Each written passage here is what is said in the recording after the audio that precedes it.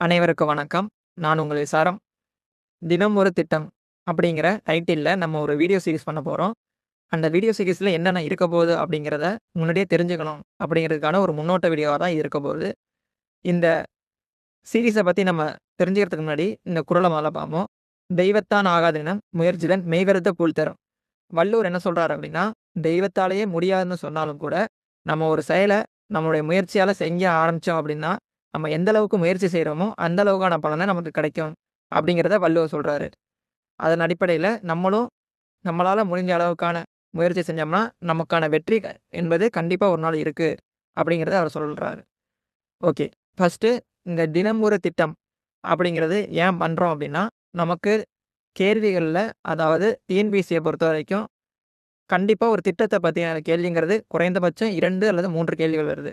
அப்போ அந்த திட்டங்கள் நம்ம தெரிஞ்சுக்கணும். அது மத்திய அரசு திட்டமா இருக்கலாம், அல்லது மாநில அரசு திட்டமா இருக்கலாம். அந்த திட்டத்த பத்தி நம்ம கண்டிப்பா தெரிஞ்சுக்கணும். ஒரு திட்டத்த தெரிஞ்சுக்கணும்னா, முக்கியமா என்னென்னலாம் தெரிஞ்சுக்கணும் அப்படிங்கிறத தேவ. அதன் அடிப்படையில பார்க்க போனோம் அப்படின்னா, இந்த தினம் ஒரு திட்டம் அப்படிங்கிறத நம்ம சுருக்கி தான் டாட் அப்படிங்கிற மாரி சொல்லியிருக்கேன்.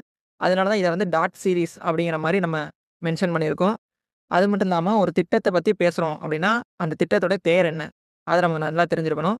அதுக்கப்புறம் திட்டம் என்னைக்கு தொடங்குனாங்க? ஒருவேள வந்து சில திட்டங்கள்ல வந்து ஆண்டு மட்டும் தான் இருக்கும். நாட்கள் இருக்காது. சில திட்டங்கள்ல வந்து 2மே இருக்கும். அப்படிங்கிறப்ப, அந்த திட்டம் தொடங்கப்பட்ட நாள் ஆண்டு 2யுமே நம்ம தெரிஞ்சுக்கணும். அடுத்தது தொடங்கப்பட்ட இடம். சில திட்டங்கள வந்து தொடங்கி வச்சிருப்பாங்க. இந்த இடத்துல தொடங்கி வச்சிருக்காங்க. இந்த ஊர்ல தொடங்கி வச்சிருப்பாங்க. இப்ப வந்து மாநில அரசு திட்டங்கள் அப்படின்னா, பெரும்பாலும் வேற வேற மாவட்டங்கள்ல தொடங்கி வச்சிருப்பாங்க.